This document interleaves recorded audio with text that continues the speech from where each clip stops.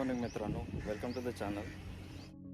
आज पुन्हा एकदा आपण रत्नागिरीमध्ये आहोत आणि लास्ट व्हिडिओमध्ये तुम्ही बघितलं मी रत्नागिरीमध्ये होतो, पण पुढे काही शूटच करता आलं. सो आज प्रयत्न आहे की रत्नागिरी एक्सप्लोअर करणे. सो बघूयात आजचा दिवस कसा जातो आणि सगळे पॉईंट्स एक्सप्लोअर होतात का. ॲक्च्युली रत्नागिरी हे असं प्लेस आहे की इकडे जेवढे टुरिस्ट स्पॉट आहेत ते 1 डेमध्ये कवर होणं शक्य नाही आहे. त्यासाठी ॲटलिस्ट 2 डेज तरी लागतात. पण माझा प्रयत्न आहे की या दिवसामध्ये ॲटलिस्ट 3-4 पॉईंट तरी कवर होतात का बघूयात.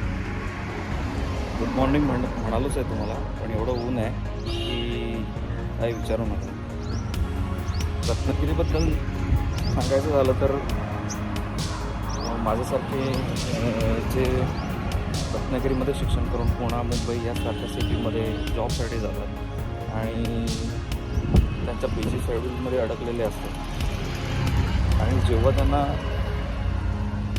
कधी वाटतं की आता परत रत्नागिरीमध्ये जायचं आहे, तेव्हा त्यांचं जे काय फिलिंग आहे ते समजू शकतात फक्त तुम्हीच. जे लोक रत्नागिरीमध्ये शिक्षण करून मुंबई आणि पुणे या ठिकाणी जॉब करत आहेत. सो रत्नागिरी हे खूप जिव्हाळ्याचा विषय आहे, तो शब्दात नाही मांडता येणार. सो बघूयात कसा प्रवास होतो.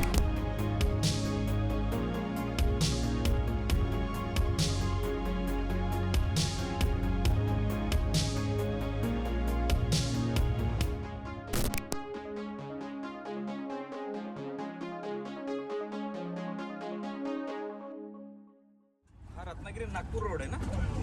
रत्नागिरी नागपूर रोडचं खूप जोरात काम चालू आहे.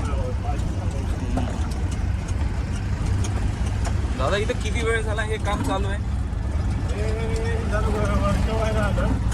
ओके, 1 वर्ष झालं. अजून हा हातकंब्यापर्यंत तरी झाला का? नाही अजून.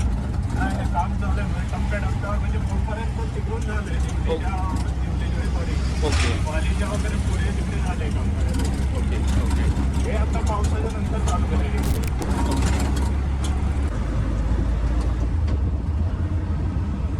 हे TRP आहे ना? हो, TRP. रत्नागिरीतलं हे पण एक महत्त्वाचं प्लेस आहे TRP. इंडस्ट्रीयल झोन आहे थोडा, पण रेसिडेन्शियल सुद्धा आहे.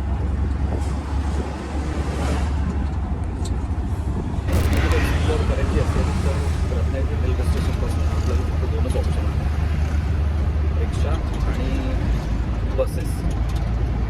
अदरवाईज दुसरा कुठलाहीच ऑप्शन नाही. तर आपल्याला प्रेफरेबल ऑप्शन म्हणजे रिक्षा.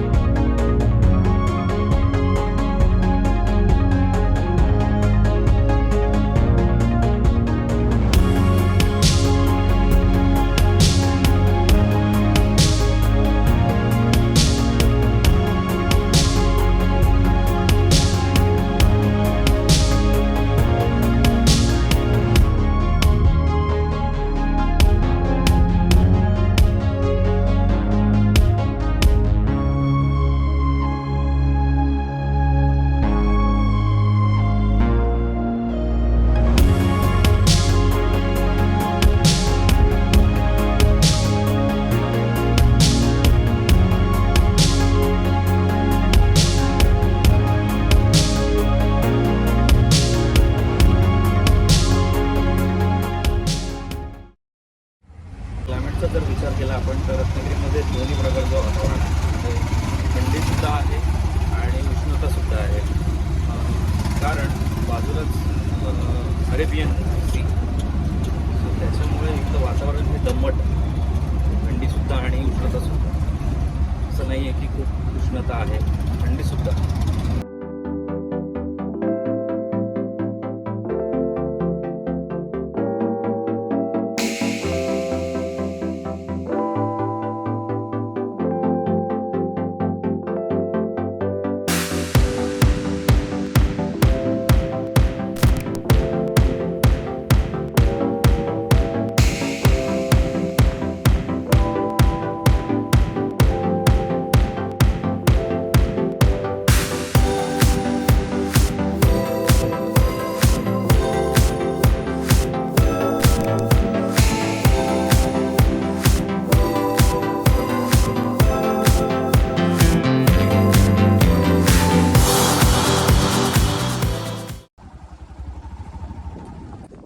पॅलेसचा राजा थिबा मेन, त्याला इंग्रजांनी कैदीत केलं आणि त्याच्या राहण्यासाठी जी व्यवस्था केली ती ही थिबा पॅलेस.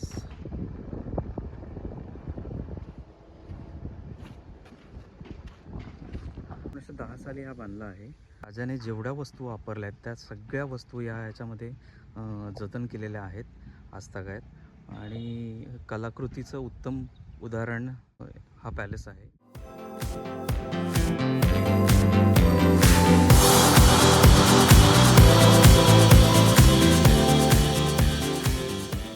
तर त्यानंतर थिबा पॅलेसच्या बाजूलाच एक असा स्पॉट आहे, तिथून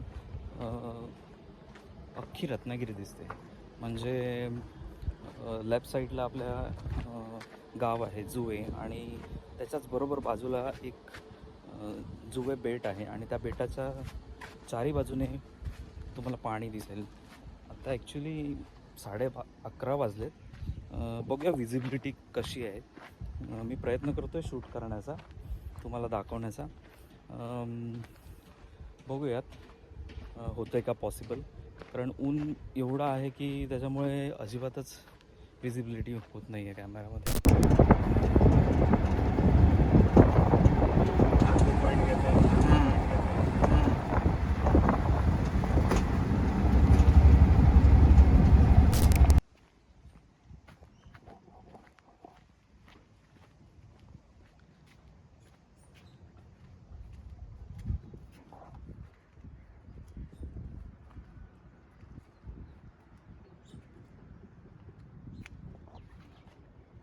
समोरच तुम्हाला बेट दिसतंय, त्याच्या चारी बाजूनी पाणी आहे, आणि उत्तम बायोडायव्हर्सिटीचं उदाहरण.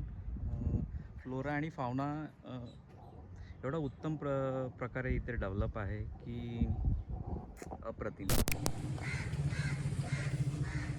जय शिवराय.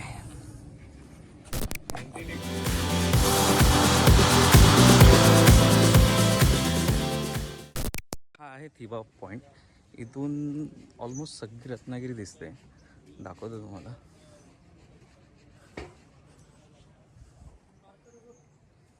खूप छान असं मेंटेन केलेलं पार्क आहे हा. इकडे लहान मुलांसाठी टॉईज आहेत त्यांनी अरेंज केले.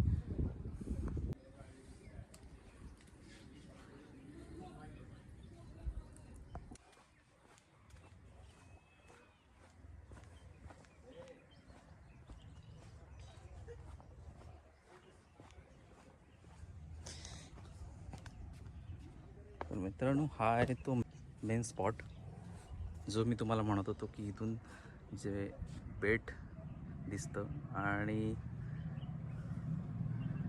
उत्तम बायोडायव्हर्सिटी डेव्हलप आहे. वेगवेगळ्या बर्डच्या स्पेसीस तुम्हाला बघायला मिळतात इकडे संध्याकाळच्या. आता हा दुपारच्या वेळेत आपल्याला बघायला मिळणार नाही. आणि हे जे आहे हे राजीवडा आहे, आणि समोर एकदम समोर दिसतंय ते लाईट हाऊस.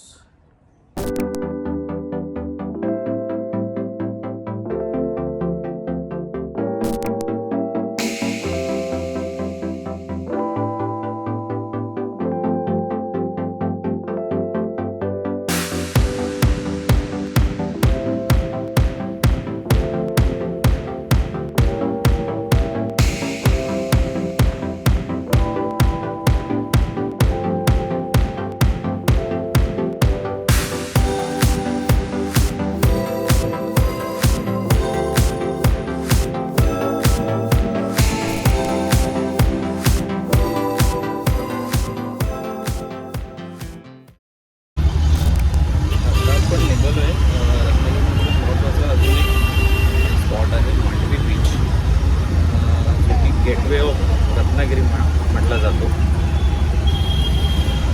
त्या ठिकाणी जातो आपण.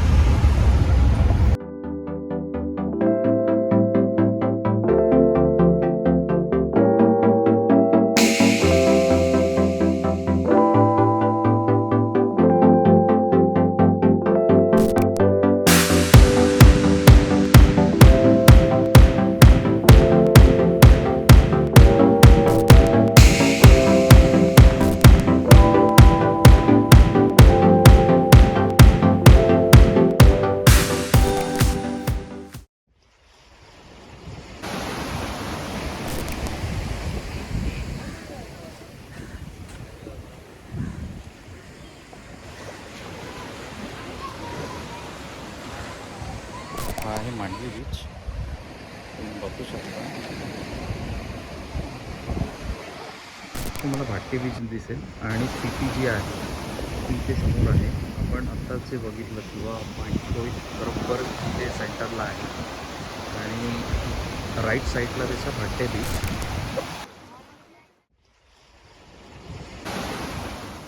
हा टाईम खूप चुकीचा आहे आपण या पॉईंटला येणं, कारण एवढं ऊन आहे की या उन्हामध्ये शूटच होत नाही आहे. ॲक्च्युली तिथे संध्याकाळचं आल्यानंतर खूपच भारी प्रसन्न असं वातावरण असतं आणि खूप गर्दीसुद्धा असते.